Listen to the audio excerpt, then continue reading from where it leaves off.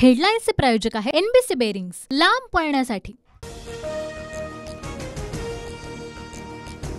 भाजप आमदार आशिष शेलारांच्या तक्रारीची दखल। 20 तारखेच्या ठाकरेंच्या पत्रकार परिषदेची राज्य निवडणूक आयोगाकडून तपासणी, अहवाल केंद्रीय निवडणूक आयोगाला पाठवला। गुजरात आणि कर्नाटकच्या कांदा निर्यातीचा मार्ग मोकळा, हा महाराष्ट्रावर अन्याय। कांदा निर्यात बंदीबाबत दिल्लीकरांसोबत बोलणार, छगन भुजबळांचं वक्तव्य।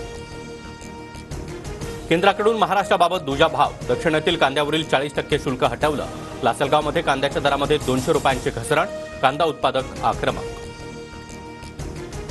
मी नाराज नाही, लोकसभा नाकारली तर राज्यसभेचं काय घेऊन बसला? पत्रकारांच्या प्रश्नावर छगन भुजबळांचं उत्तर।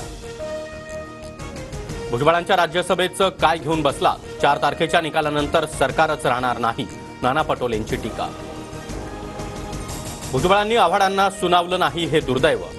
महाडमध्ये आव्हाडांनी बाबासाहेबांचा फोटो फाडल्यानंतर हसन मुश्रीफ यांची टीका। हसन मुश्रीफ ज्येष्ठ, त्यांचं ऐकलं पाहिजे। आव्हाडांवर टीका करा पण मनुस्मृती ही जाळा, छगन भुजबळांची प्रतिक्रिया।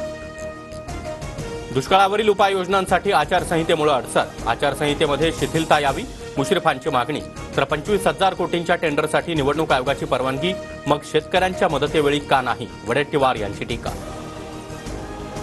मराठा समाजासाठीच्या योजनांच्या जाहिरातीसाठी सरकारकडून 26 कोटी मंजूर। वृत्तपत्र, वृत्तवाहिन्या, आकाशवाणी, रेडिओ आणि होर्डिंगद्वारे योजनांची माहिती देणार। जाहिरातींऐवजी 26 कोटी रुपये मराठा समाजासाठी खर्च करायला पाहिजे होते, सुप्रिया सुळेंची टीका। मध्य रेल्वेवरील 3 दिवसांच्या विशेष ब्लॉकमुळे बेस्ट प्रशासन अतिरिक्त 486 फेऱ्या चालवणार, तर लॉकमुळे पूर्व द्रुतगती मार्गावर वाहनांच्या लांबच लांब रांगा।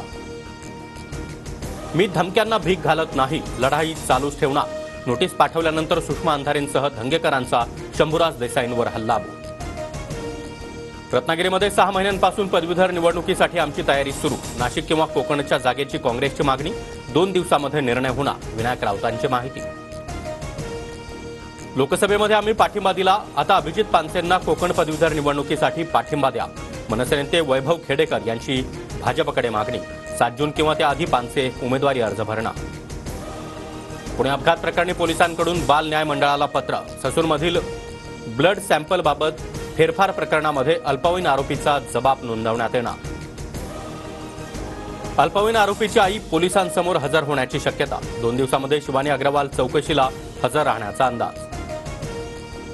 पुणे विद्यापीठामध्ये काही दिवसांपूर्वी गांजा सापडल्यानं अभाविप आक्रमक। विद्यापीठ प्रशासन याकडे जाणून बुजून दुर्लक्ष करत असल्याचा अभाविपचा आरोप। विदर्भामध्ये उष्णतेची लाट, नागपुरात उष्माघातामुळे अजून 3घांचा मृत्यू। उष्माघातामुळे मृत्यू झालेल्यांची संख्या तब्बल 22 वर।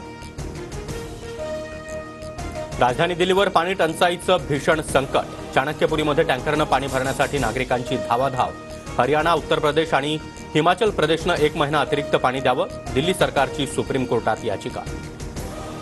पुण्यातील इंद्रायणी नदी पुन्हा एकदा प्रदूषित, आळंदीकर नागरिक आणि वारकरी यांचं आरोग्य धोक्यात। व्हायरल व्हिडिओ प्रकरणी फरार असलेल्या प्रज्वल रेवण्णाला अखेर अटक। वैद्यकीय तपासणीनंतर आजच न्यायालयासमोर हजर केलं जाण्याची शक्यता। हशमनी प्रकरणामध्ये अमेरिकेचे माजी राष्ट्राध्यक्ष डोनाल्ड ट्रम्प दोषी। 2016 मध्ये पैशांचा हेरफेर केल्याचा आरोप। 11 जुलैला ट्रम्प यांना न्यायालय शिक्षा सुनावणार। हेडलाईन्सचे प्रायोजक आहे एनबीसी बेरिंग्स, लांब पळण्यासाठी।